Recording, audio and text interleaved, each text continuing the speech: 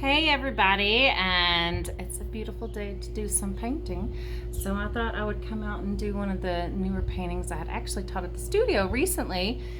And I thought, this one is so much fun, and I know I had talked about using toothbrushes and doing a little splatter painting. So I thought I'd come outside today and we could do a little bit of splatter painting. Other supplies you will need, of course, your canvas, whatever paint you have. It can be the colors I'm going to be showing you today, but you can also choose others. You'll need to have a round brush, small round brush. It could be a small flat brush too. A medium to large flat brush. Palette knife, optional. An old nasty used toothbrush. You can actually clean it first if you need to. I also like to have a spray bottle. Again, I just got this out of my laundry room. And then I have my palette of colors.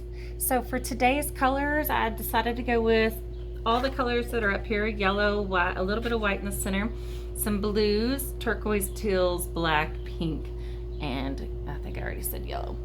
But you could do this really with anything, any of these colors, but I really liked these colors here. And black too. So I set that there. Sorry, it's a little bit windy, so I don't want things to blow away. And we are not gonna have to worry about any kind of pre-drawing for this. So we just get to dive in and have some fun. So as you can tell, splatter painting, drizzles, you could come in with the palette knife or not, it's up to you all the way across. And as always, we're finding some joy today in painting and having fun. So let's get the show on the road, shall we? Okay, let's see here. I'm gonna scoot forward just a little bit more. It's more important for you guys to see the painting than me. All right. So when I come in here, and you can spray it with the water first. You wanna do that. If you don't have a spray bottle at home, you could just come in with a large brush, going down all the way across. We're gonna be very flowy and watery, washy to begin with. And again, if this is your first time here, my name is Auburn, and I'm located out of Amarillo, Texas. So I'm gonna start in the center with my yellow. We kind of did this a little, it's kind of similar-ish with that one together painting I just did, where the yellow was in the center. I feel like that just kind of helps it glow, just a tiny bit there. Yellow, yellow, yellow, and then I'm gonna get lots of water and let it go. Which is another reason why I came outside, because this one might get a little messy. So if you have the ability to go outside and get a little sunshine, I definitely hear you for that one. Okay, then we're gonna start coming in. Uh-oh. Hold on, it dropped. Okay. Now let's say you're not a big pink fan. You could do some orange next to this. You could come in with some reds. I'm going to come in with, and I did not clean my brush, yellow and pink on both sides. And right now, it's very solid here. But then I'm gonna let it blend in just a little bit on both sides. Now, let's say you're seeing this and you're like, man, that looks like so much fun. I wanna go and do the paint, but I don't have any of those supplies. Well, I got you. I can send you a burn box. So a burn box kit can be customized to however you need, brush-wise, paint, etc. Whatever you need. All right, so now I'm coming in with my regular blue. If all you have is regular blue, that's fine. If you happen to have some turquoise and some aqua greens, you can mix in here. You just gotta be careful about putting the green too close to that pink area. So this is kind of a fast painting, but you can, as always, I work really fast, but you can slow down the video or pause it. Be like, okay, hold on, I gotta get caught up to that area. Because you definitely don't need to feel like you need to be rushed here. Okay, right now, very much striped. So I'm going to clean my brush out. And now this time, I'm gonna come in And even if you feel like, oh, I want to just do some drippies, this is how we're going to do drippies. Just lots of water. And watch how it starts to slide down. So now I'm going to repeat what I did, but this time I'm going to add the drippage going down. So yellow and white in the center. It's pretty bold there. Then water. I can drip it into that pinky orange area. I could even, if I wanted to, drip a little bit of some of that yellow over here into the green. Ah, my daughter likes those satisfying videos. That's kind of satisfying to me. Okay. Just have some fun. That one even got a little bit of green. Now, I also like to tell people at some point, if you feel like you need to flip the canvas, you can do that as well. So yellows, I'm gonna go ahead and flip it. I'm gonna do a little bit of some yellow going this direction. There we go. There's a little bit of holes. There, water. So it's the paint and then it's water, and let it drip down. Cleaning my brush, adding some just pink, just a little bit on the end there, not a whole, not super heavy. Pinks. Could even add a little bit of pink.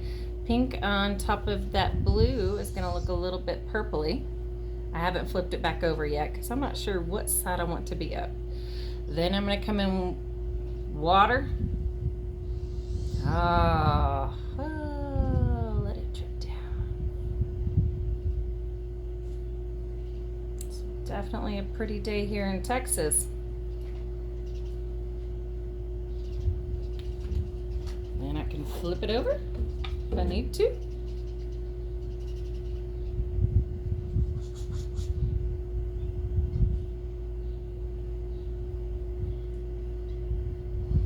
That's coming in lovely. I like it. Now, cleaning up my brush and doing some of the blues. So I did go ahead and pour some aqua out and some light blue, turquoise. Ooh, I like that. That's aqua right there. Again, if you want to make like an aqua at home, you're like, oh, I really want to do that, but I don't have that color. Aqua is really blue with a little bit of some yellow, and you can just kind of play with it. I did have a little drizzle coming down there. Fine with it. Coming in there with some more turquoise, a little blue and green mixed. Oh, I missed a corner over here. And I can flip it over again.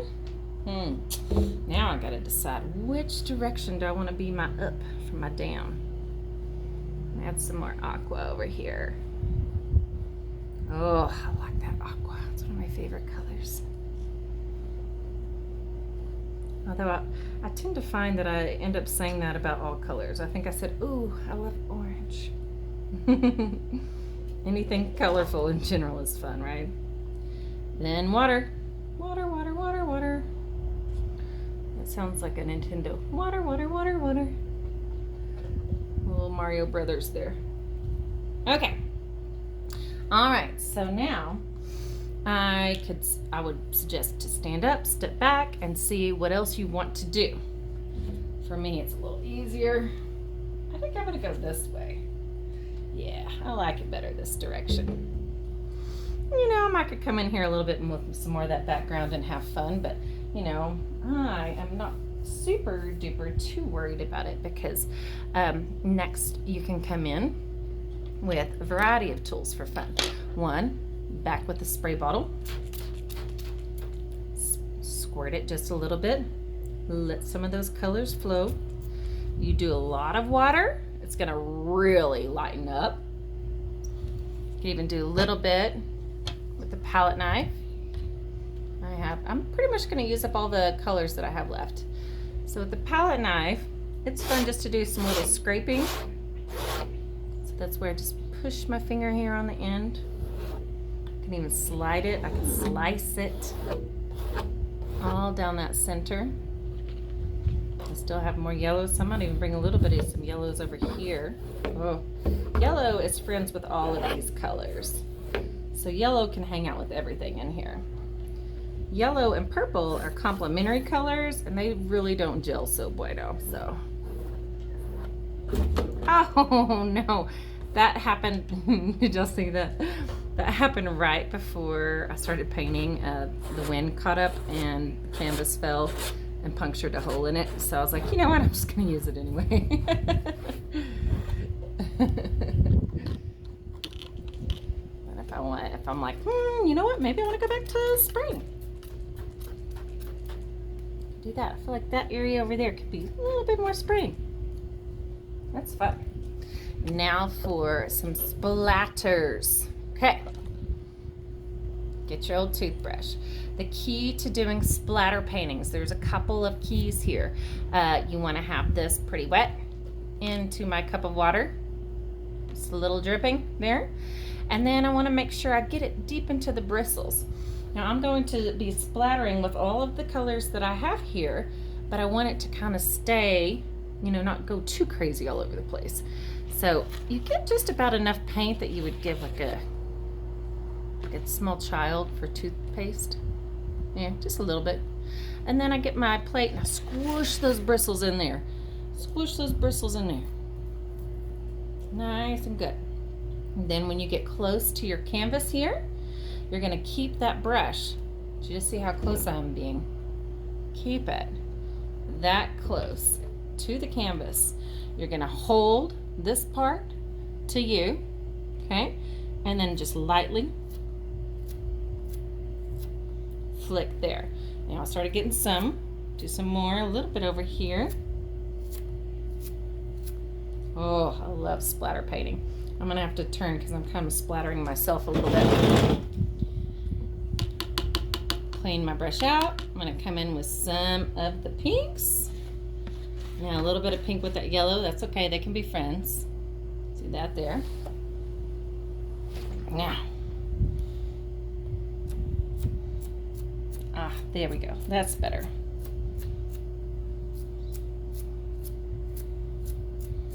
You definitely don't want to do this probably with around anything that you're worried about getting paint on, because I already naturally did get some paint on myself and on the concrete a little bit. Now coming in, I'm going to clean that brush out just a little bit. Toothbrush out. And I'm going to add some of my greens and blues that I have left.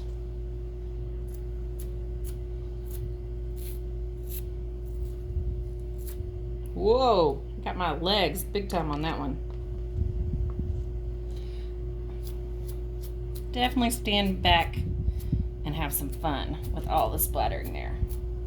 If you want to practice your splatters before you do it on your canvas, just get a little piece of paper and then you can kind of see. You can practice on those first. That's not too bad. You know, I might come in here and play a little bit more with some of that. And if you guys are at home, I'd suggest doing some of that. Playing. Go ahead, do a little bit of playing. If you feel like you're really liking the palette knife, you can come in here and do that. If you're like, I really just like the drizzles, you could squirt a little bit more with the drizzles. If you're like, man, I just want to keep playing with all of it, have some fun.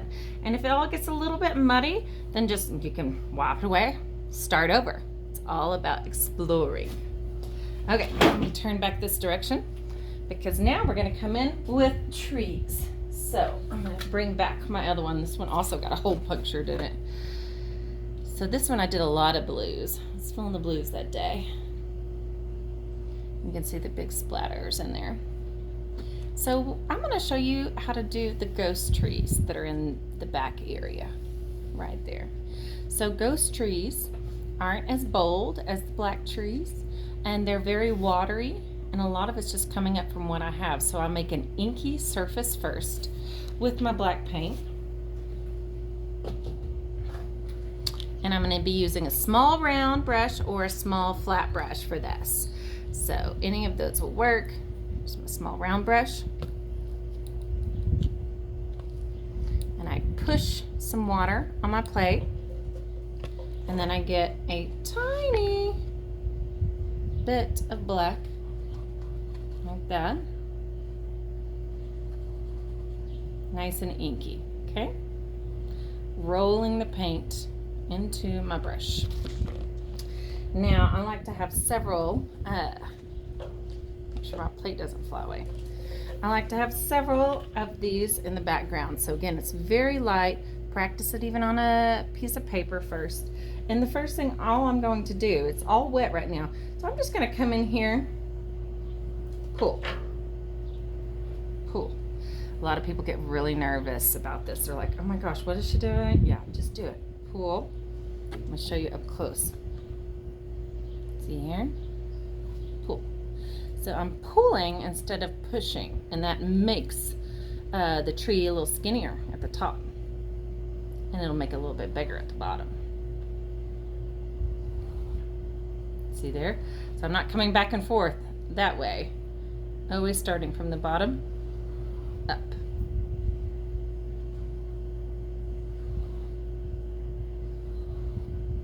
Bottom up. I would say I always like an odd number, so maybe if you're working on an 11 by 14 and you know 3 to 5 or 7. If you have a bigger canvas, you could probably do more. If you have a smaller 8 by 10 canvas, you might just want to have like 3. So for the ghost trees, you can barely see them. Now the ghost trees are just sticks right now. So we're going to start coming in and making some Y's. So this is one line. I come up and I make a V or a Y. See that? Okay. I might have to make myself a little bit more ink. Thank you. Don't make any W trees. So a W tree would be where I would come right here in on this one and go across. Don't do that. I could come up from right here over like that, you see? But you don't want to have any W trees. They just kind of look strange. So let's see, for this one, I could maybe go down a little lower. And it's good to practice your ghost trees like this before you do your main trees, because your main trees, they're gonna be there. It's gonna be kind of hard to fix any little mistakes you have there. But don't sweat that, don't get nervous. You have time, so you could also let this entire background dry after you do your ghost trees. And then you could come on top with your bold trees. All right, okay. That's probably enough. You could also even, if you have like, I don't have any black, you could make your ghost trees more of a blue color. Like that one's kind of a blue. I pulled in some of those other colors I have. There we go. So now we're gonna come in with our more bold trees. If you're a little nervous still after all of that practice, I suggest not going to the middle first. Come along the outside. Drink of water. And that will help you gain a little confidence. Now we still want it to be, get a little bit more paint on there than what we had earlier. So I'm gonna come right here and do the same thing I did earlier, but more paint. See there, more of that black paint. And then you come across. That brings that tree in front of the other tree that was behind it. So now we're working into our foreground. I'm just gonna start first before I add any extra branches, just with some Y's and V's. But I mean, I could easily, have another branch. I'll go ahead and show you that. They could come in right there. Maybe it has another branch that comes off. Could have more come on the other side. So this just kind of does a cool effect of like glowing effect. All right, I have another one here coming up. I'm gonna go a little faster on this part. If you need to go a little slower, take your time. And remember that these trees can overlap each other. Don't feel like they can't touch each other. And then from here, once you get going and you get more comfortable, then you can add some more branches in between. You notice every time I'm coming from the bottom up. All right. Going for the center horse here. Up. Every time I'm dipping my brush back into the water. Every time. Across. And up. Sure hope you guys have all been doing well. Make sure you subscribe to my channel. Leave a comment. Let me know how life's going. We are all in this together. So it's good to check up on each other every once in a while. Here we go. Making progress. I think I'm gonna have this be 1, 2, oh, I might do 2 more. Gotta have odd number. I'll do 1 here, and I'll do 1 little skinny one off to the side.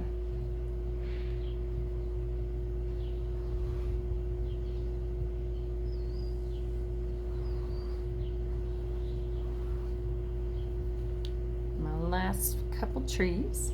So, next thing you need to be thinking about, you can leave your trees like this, or you can come on top with a little bit of a dry brush technique to add like a little bit to the top of those trees. Nice long strokes. If you have a little bit of a shaky hand, you can always put your pinky like that. And that kind of helps brace your hand a little bit.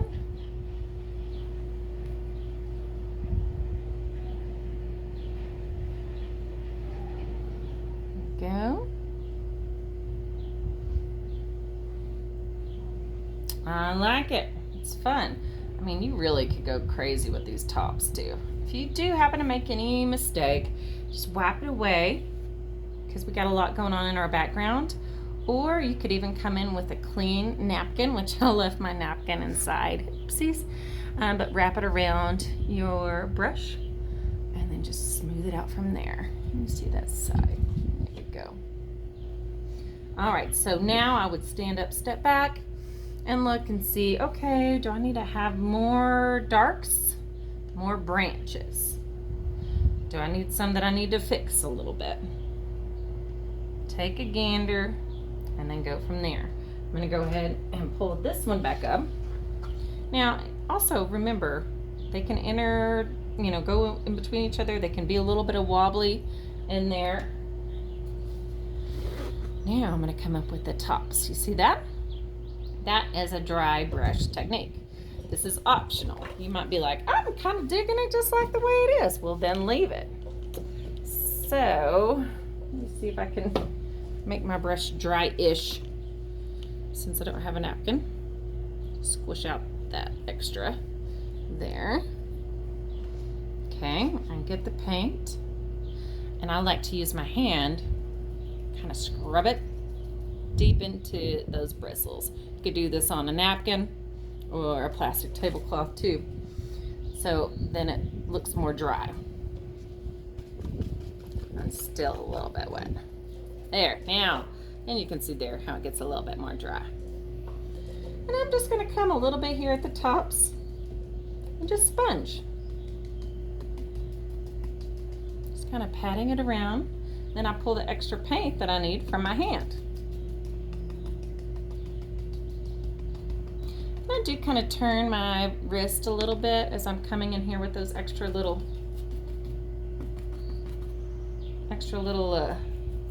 bushels up there. But they're not all like the exact same.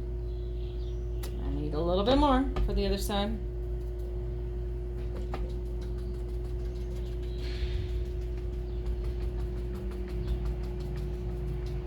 There we go. Now it's coming together.